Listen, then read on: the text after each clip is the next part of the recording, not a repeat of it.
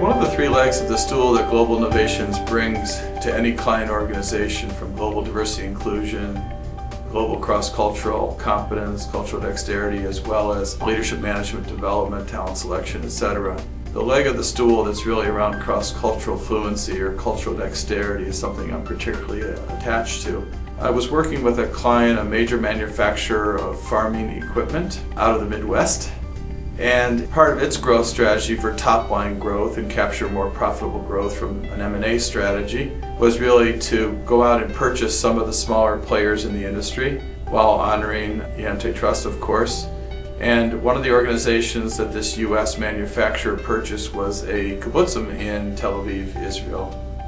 What I was fascinated with was the cultural integration challenges of integrating two corporate cultures, one that's 40 billion in size, U.S., and one that's hundreds of millions, as well as two nation-state differences, U.S., Israel.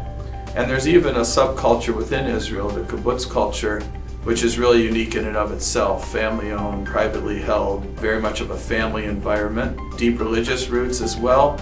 And to watch that organization be integrated or folded into the corporate mothership would be a challenge for any acquisition or acquiree. One of the things that we focused on was really to represent the fact that there are non-negotiables from the corporate acquirer that are really never going to change in any acquisition anywhere in the world. In this particular example, one of the things that I was concerned about is one of the statistics that floats around the M&A space, which is that most companies, 75% of acquisitions fail to meet the intended financial metrics. Number one cause is a lack of human or cultural integration, both corporate and, in some cases, nation-state integration. So in this example, we had a lot of moving parts, even though the acquiree was just a microcosm of the big corporate mothership.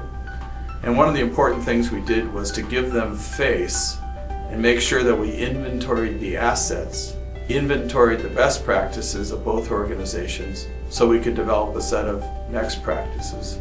In other words, it might be a 95-5% split between what does the surviving organization look like. Obviously, the corporate mothership has a lot more influence and control and already has all the shared service systems of HR, finance, IT, etc. But what was the secret sauce of this Israeli kibbutzim that you want to keep, you want to retain?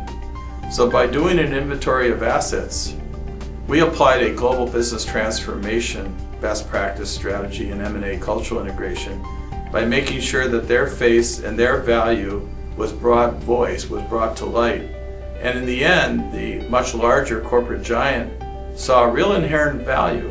To give you an example, this is in the farming industry, in the cotton business.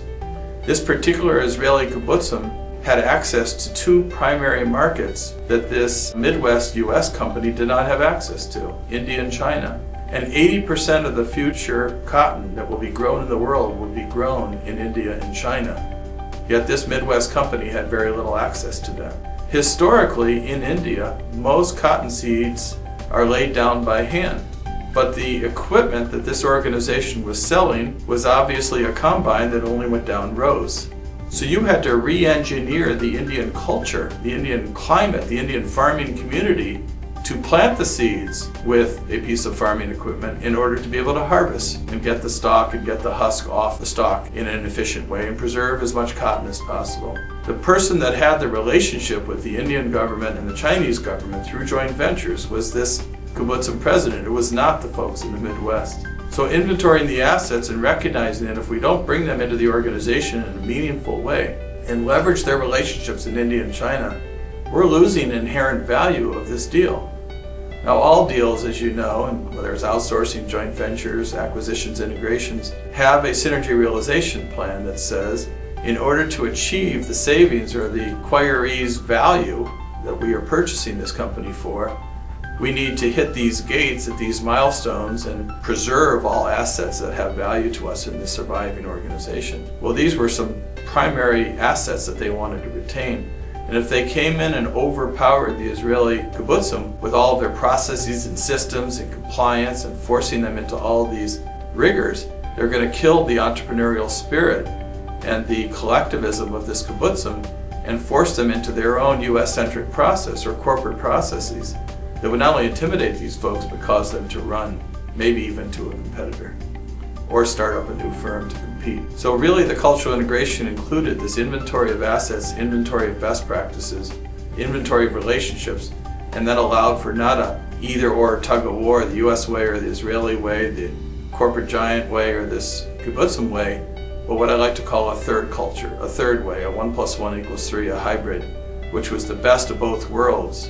But as 1 + 1 doesn't equal 3, the delta between 2 and 3 is a chance to innovate or come up with some fresh idea that no one had ever seen or heard of before in either legacy organization, but gave them a chance to capture. And this is what they needed to do in India in order to re-engineer the way that seed is planted in a country of well over 1 billion people.